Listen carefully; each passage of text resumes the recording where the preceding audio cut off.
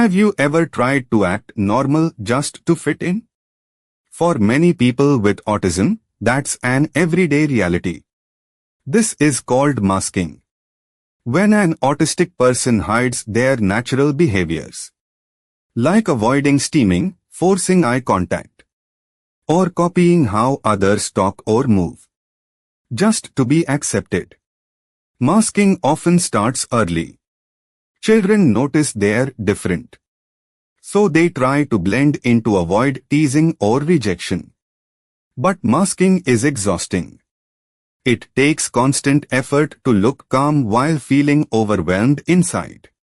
Over time, it can lead to stress, burnout, anxiety, and even losing touch with one's true self.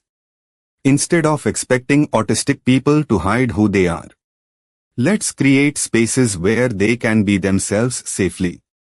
Acceptance means understanding that being different isn't wrong. It's just human. No one should have to hide to be accepted.